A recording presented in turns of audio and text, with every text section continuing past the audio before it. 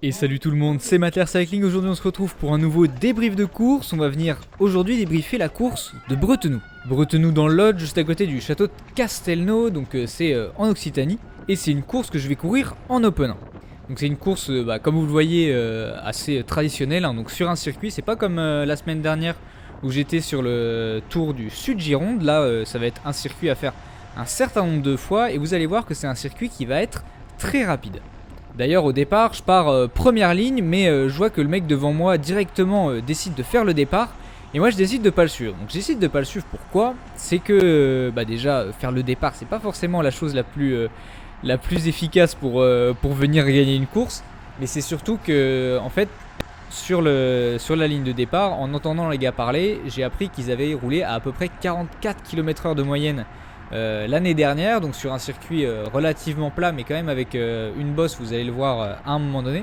Donc ça roule quand même très très fort. Et moi j'ai pas envie de directement, dès le début de la course, fournir un effort très important dans une échappée. Donc je décide du coup de venir me replacer dans le peloton, pas trop loin. Aujourd'hui on est que 80 au départ, donc 80 c'est quand même beaucoup moins que les deux dernières courses que j'ai fait. On était respectivement 200 et 150, donc là il y a pas trop de risques finalement. Même si t'es placé un peu à l'arrière ou quoi, il y aura toujours moyen de remonter à un moment donné si tu gères bien. Pour bien commencer cette vidéo, on va faire un petit tour du circuit quand même. Donc là on est sur la partie, on va l'appeler la partie nord du circuit, en haut de la carte. Et donc là c'est pas un endroit très difficile, hein. Finalement il y a quelques virages, on est sur un sorte de faux plat montant par moment, mais la plupart du temps c'était plat, et ça va rouler assez vite à cet endroit. Et après ce long bout droit, on va avoir un virage à droite à l'épingle. Il va y avoir des belles relances à faire à chaque fois pour rester dans les roues. Et ça va être un moment qui va être assez important, parce qu'en fait le peloton va avoir tendance à pas mal s'étirer à ce moment-là. Mais là moi je veux pas trop me faire peur, hein, dans ces moments-là. Vous voyez que je me laisse un peu, pas détacher, mais je relance pas si fort que ça. Je me fais pas comme objectif de directement être dans les roues, de pousser directement énormément droite, parce que de toute manière je préfère faire un effort assez linéaire, plus linéaire que si je devais faire une Pmax à chaque sortie de virage, parce que de toute manière ça allait à chaque fois venir bien freiner devant, et globalement j'allais pouvoir revenir tranquillement dans le peloton. À chaque fois c'était pas nécessaire vraiment de se tuer à la tâche à faire des relances à fond, parce que de toute manière il y allait avoir la bosse après qui allait bien raplatir le peloton. Donc là on voit directement qu'on est dans la bosse et ça va monter assez fort à chaque tour. Alors là on voit que je suis obligé de développer presque 600 watts, même plus de 600 watts à un moment donné, pour rester dans les roues. Ça va être la feature importante du parcours, mais vous allez le voir, ça va être aussi un endroit où contre toute attente, ça va plus desservir le peloton que les échappées. Parce que à chaque fois qu'on va passer dans cette bosse, vous allez le voir, on va avoir tendance à reprendre les échappées. Et juste après cette bosse, on va avoir une longue descente, une descente de 200-300 mètres, mais une descente quand même où on va pouvoir venir récupérer à chaque fois après l'effort, parce que ça va descendre quand même assez fort, et directement virage à droite sur la grande route. Et là vous allez voir, sur la grande route ça va rouler très très fort, et je vous spoile pas, mais dans la fin de course, dans le final, vous allez voir que ça a une très très grande importance, parce qu'en fait à ce moment là c'est un sorte de faux plat descendant, et le souvenir, je crois qu'on a vent favorable à ce moment là. Donc là globalement les vitesses elles vont être vraiment très très élevées. Là on voit que je suis à plus de 50 km/h, mais sans faire d'effort, quoi. Là on est à 100 watts dans les roues. Là on voit même que je me permets d'arrêter de pédaler. Enfin c'est vraiment c'est très très très roulant à ce moment là. Et après cette ligne droite très roulante, on va arriver sur le virage à droite juste avant l'arrivée. Un virage à droite où moi je vais pas être très à l'aise au fur et à mesure des tours, parce que ça va faire un petit je vais pas dire un goulot d'étranglement, parce que c'est pas le terme, parce que c'est quand même assez large quand même, mais la route va venir quand même pas mal se rafraîchir.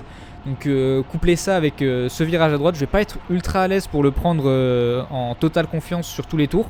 Donc c'est un endroit qui va me faire un petit peu on peut dire un petit peu galéré parce qu'honnêtement je me suis pas trop ça m'a pas trop fait de mal non plus quand même, faut pas abuser, mais c'était un endroit un petit peu qui méritait d'être souligné. Et je profite de ce début de vidéo pour vous rappeler que si la vidéo vous plaît, n'hésitez pas à la liker. Maintenant ça fait plaisir, là, les 3 premières vidéos de la saison font beaucoup de vues, je suis vraiment super content, la chaîne fonctionne bien en ce moment, il y a plein de nouveaux arrivants sur la chaîne, donc d'ailleurs j'en profite pour vous souhaiter la bienvenue sur cette chaîne. Si vous n'êtes d'ailleurs pas encore abonné, n'hésitez pas non plus à vous abonner du coup pour être au courant des prochaines vidéos qui vont arriver. Du coup voilà, n'hésitez pas à la liker, à commenter ce que vous pensez de la course, et moi je vous laisse avec du coup les images de la suite de la course. Il y a un endroit qui pour moi était assez important, c'est juste ici, donc je pense qu'avec la caméra on va pas réussir à bien voir, mais en fait quand on était juste à cette épingle, on avait une belle vision sur les potentiels échappés qui étaient partis. En fait sur ce circuit c'était très facile de jauger la distance qu'on avait comparé au groupe qui essayait de partir, parce qu'on avait globalement tout le temps le visuel sur eux. C'est un circuit qui était quand même assez dégagé, donc on pouvait vraiment voir où en étaient les échappés, et du coup c'était très intéressant pour les équipes qui allaient vouloir maintenir le peloton à vive allure et venir arriver au sprint. Et oui, je le précise parce que c'est vrai que je suis tout seul du coup sur cette course de mon équipe, parce que je suis loin globalement de Caen en ce moment. Mais du coup là j'ai pas il n'y a pas de stratégie d'équipe en jeu quoi. Je suis vraiment tout seul, et c'est vraiment une course un petit peu d'opportuniste qu'il faut que je fasse, parce que je suis tout seul, j'ai pas de teammate à aider ou de stratégie de course. Donc là il faut vraiment pour ma part en tout cas laisser les autres équipes tourner. De plus qu'on est en Open 1, donc on peut imaginer qu'il y a des stratégies de course qui peuvent être mises en place par les autres équipes, parce que c'est quand même des courses avec un assez bon niveau quand même, donc c'est pas non plus rien de gagner une Open 1. Donc là à ce moment là moi c'est vraiment une course d'opportuniste globalement que je fais aujourd'hui, parce que je sais que ça va rouler très très fort, genre vraiment ça va rouler très vite.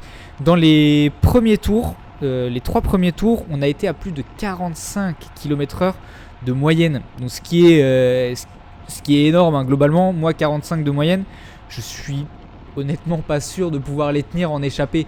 Donc globalement moi il y a sur ces premiers tours, il est hors de question pour moi de venir m'échapper, surtout que je vois qu'il y a des formations à l'avant qui s'affairent à venir ramener tous les coups qui essayent de partir.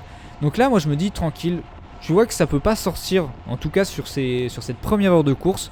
Donc il n'y a pas de problème, tu restes dans les roues et on va voir au fur et à mesure quand les gens vont être fatigués, après 1 heure et demie de course, voir où en sont les autres et voir comment je vais pouvoir négocier la fin de course. Et donc je vais profiter de ce début de course pour répondre à quelques commentaires que j'ai souvent du coup dans la section commentaires de mes vidéos. Et l'une d'entre elles c'est pourquoi je roule en Open 1 alors que je suis Open 3. Donc si vous le savez pas, en ce moment je vis en Occitanie, donc dans le sud de la France. Et faut savoir qu'ici il y a très peu de courses FFC. Moi je suis licencié FFC à un club de Caen, à l'ES Caen. Et donc en Normandie, nous on a énormément de courses FFC. Si on veut, on peut courir tous les week-ends, limite 2 fois par week-end de temps en temps. Enfin c'est vraiment énorme. On a beaucoup de courses par chez nous, on a beaucoup de chance d'avoir ça. Mais il faut savoir qu'en Occitanie, il y a très peu de courses. Donc à moins de courir en UFOLEP, si vous voulez courir en FFC, on est obligé en fait de courir en Open 1, parce que il y a tout simplement pas de course en Open 2 ni en Open 3. Après honnêtement moi ça me gêne pas non plus énormément. Là honnêtement sur cette course en Open 1, franchement j'avais les jambes dessus. Franchement je me sentais pas à ma place quoi. Il y avait moins fort que moi globalement hein. C'est bête à dire mais voilà. Honnêtement je me sens pas non plus à la ramasse quoi, comparé aux autres. Physiquement je suis dans les clous, donc honnêtement il n'y a pas trop de problème avec ça. Évidemment là sur cette course vous allez voir je vais pas avoir un impact énorme. C'est ça en fait le truc, c'est que en Open 1 je vais avoir du mal en fait à faire ma place à la pédale, parce que là je suis pas le plus fort du peloton, hein. Je suis loin d'être le plus fort du peloton. Donc globalement partir sur des échappées du coup à ce niveau là, en tout cas en plus sur ce genre de course, honnêtement ça ne servait à rien. Là faut aussi jouer un petit peu tactique. Là la physionomie de la course faisait que c'était pas très utile d'essayer de partir en échappée. Et d'ailleurs on va le voir à ce moment là, En fait, c'est que je vous ai parlé du coup de la côte qu'on va venir prendre à chaque tour. Et en fait, ce qui était assez amusant, c'est que globalement, en fait, ça attaquait un tour sur deux dans cette bosse. Une échappée se formait. Il prenait grand maximum 5, 10 secondes grand max sur le peloton. Et dans la bosse qui allait suivre, donc dans le tour suivant, on allait venir systématiquement les reprendre.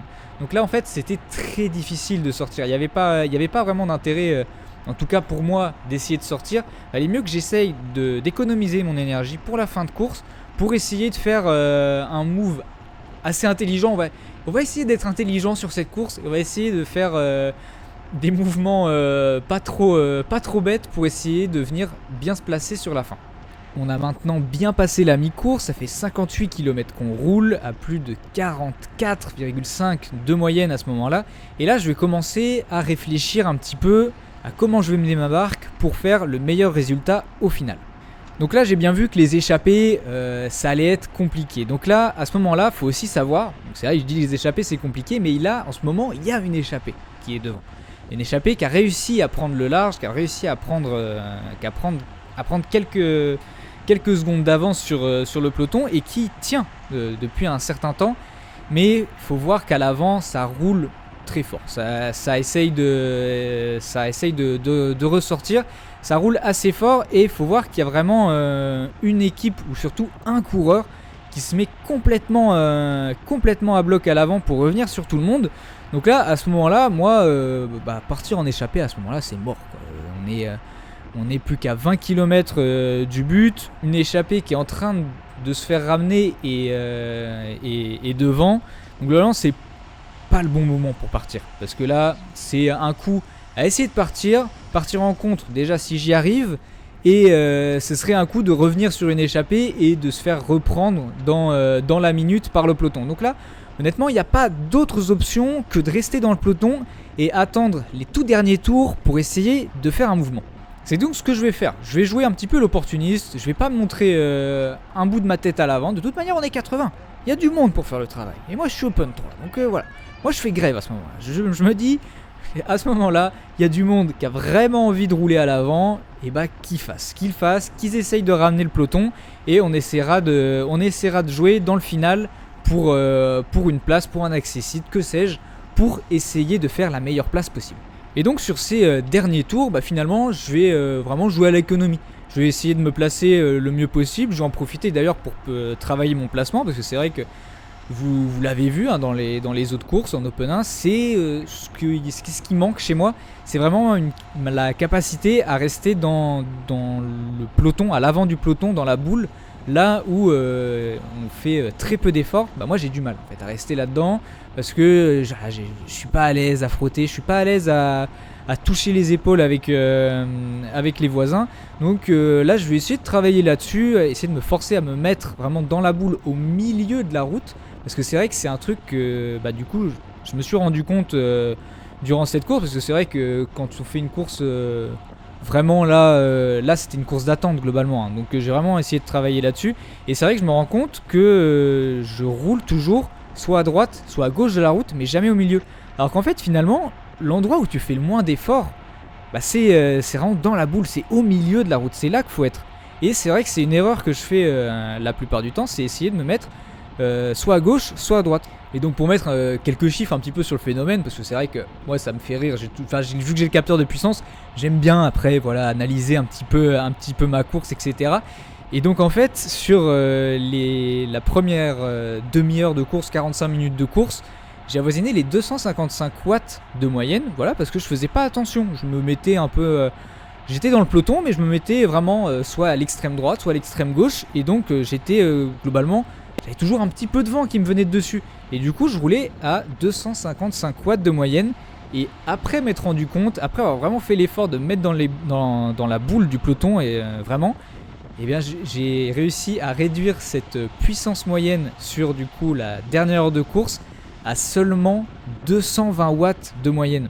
Donc on voit vraiment que c'est pas négligeable, quoi. C'est vraiment un effort qu'il faut apprendre à faire, qu'il faut apprendre à se mettre dans le peloton. C'est vraiment un problème, c'est presque psychologique, quoi, finalement. parce que c'est vrai que moi j'ai pas fait l'école de vélo. Moi je me suis mis au vélo de route entre guillemets sur le tard, hein. J'avais 17 ans quand je m'y suis mis sur la route. Avant je faisais beaucoup de VTT, mais du coup j'ai pas cette expérience de grandir en faisant les catégories minimes, etc., à faire l'école de vélo, qu'on apprenne vraiment à se placer dans les pelotons, etc. J'ai pas grandi là-dedans. Donc c'est vrai que quand on arrive, voilà, je dis sur le tard, mais 17 ans c'est quand même encore très jeune, hein, c'est quand même assez jeune, y a pas de problème. Mais du coup voilà, c'est des efforts qu'il faut que je me force à faire, il faut que je me force à avoir cette technicité de se mettre dans la boule du peloton, à vraiment économiser au maximum son énergie.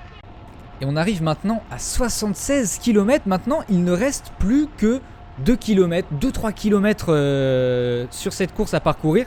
Et là on arrive dans la bosse. Dans la bosse je suis pas super bien placé, mais de toute manière je sais que tout va se faire dans la grande ligne droite juste avant l'arrivée. Tout va se faire au replacement juste avant le sprint. Là à ce moment là je crois comprendre qu'on est vraiment pas loin de l'échappée. Et là dans ma tête de toute manière on allait revenir sur l'échappée. Du coup là je vois qu'il y a une ouverture à la droite. Et directement je décide de m'engouffrer dans ce trou. On voit que les gars commencent à être un petit peu fatigués. Ça se relève un petit peu à gauche. Et du coup je décide de suivre ce coureur de la sélection Occitanie un maximum. Je crois que c'est la sélection Occitanie, je suis pas sûr, je dis peut-être une bêtise. Bref, vous voyez duquel coureur que je parle, en rouge et jaune. J'essaye de le suivre un maximum. Là on arrive en haut de cette bosse. Et là je vais me remettre dans les roues avant la descente pour venir me replacer avant cette fameuse ligne droite. Dernière ligne droite qui va être très très rapide. Et oui, on va monter à plus de 60 km/h de moyenne. Donc autant vous dire que ça va rouler très très vite et qu'il va falloir bien jouer pour essayer de décrocher une bonne place. Dans la descente je vais pas venir risquer la chute en essayant de me replacer un maximum. Là on arrive sur la ligne droite. J'ai un petit écart sur le groupe, mais c'est pas dramatique, hein. Voilà, je relance à 600 watts, c'est pas non plus la mort. On se met un petit peu à la planche pour revenir le plus vite possible sur le groupe. On est à plus de 54 km/h et vous allez voir que ça ne va pas cesser d'augmenter. Donc là je reviens tranquillement. On voit qu'à l'avant ça a fait un petit peu bloc. Et du coup là, dans ma tête je réfléchis, je garde vraiment, je me pose, je me dis bon, tu passes à gauche, tu passes à droite. Là j'essaye de voir en fait la ligne la plus rapide, là où je vais pouvoir essayer de venir remonter le peloton. Donc là à ce moment là je décide de partir à gauche et je me souviens que du coup à ce moment là je vais me dire bon, c'est un peu une erreur, je vais essayer de venir me replacer sur la droite. Donc là on va voir que c'est ce que je vais faire, tout en sécurité évidemment, on essaye de ne bouler personne. Et là à la faveur de ce coureur en blanc et bleu, là je vais essayer de venir me replacer. Et donc là on voit qu'on monte à des vitesses, on est quasiment à 70 km/h. Et là il va m'arriver quelque chose qui m'arrive quasiment jamais, c'est que je vais manquer de braquer. En fait là j'ai mal timé mon truc, j'ai mal timé ma remontée. Et en fait on arrive beaucoup trop vite sur ce virage à droite. Et là du coup on arrive directement sur la ligne droite d'arrivée. Et là je suis mal placé, on voit que je vire du coup derrière le petit groupe de devant. Et je vais hélas du coup passer la ligne en 37ème position. J'étais un petit peu dégoûté sur le moment parce qu'en fait j'ai vraiment mal timé ma remontée. Et du coup voilà, je me retrouve à faire une position honnêtement pas top. Est-ce que j'aurais pu faire mieux? On ne sait pas, on ne saura jamais. C'est pas non plus un drame en soi. Mais voilà, à ce moment-là, j'ai manqué de lucidité. Je me suis loupé dans ma remontée. J'aurais dû déclencher bien plus tôt. Et c'est vrai qu'en montant à plus de 70 km, à presque 70 km/h, en fait j'ai eu un problème, c'est qu'à un moment donné, t'as les jambes autour du cou, tu pédales dans la semoule et t'as plus assez de braquet. Pourtant je suis en 53 sur mon vélo, donc voilà, c'est pas un énorme braquet, je pourrais monter à 54, mais voilà, quand même 53 c'est pas non plus ridicule. Mais c'est vrai qu'au-dessus de 70 km/h sur ce genre d'arrivée en faux plat descendant, vent de dos, globalement voilà, ça monte très très vite. Les équipes étaient déjà placées à ce moment-là. Et du coup, j'ai été trop court pour essayer de remonter des places pour faire une meilleure position. Mais voilà, c'est la vie, c'est pas très grave. 37ème place en Open 1, bon, j'aurais pu faire mieux. Mais voilà. Et c'est ça un petit peu le problème de ces courses d'attente où finalement t'attends vraiment la dernière minute ou les derniers 2-3 minutes pour faire les efforts, etc.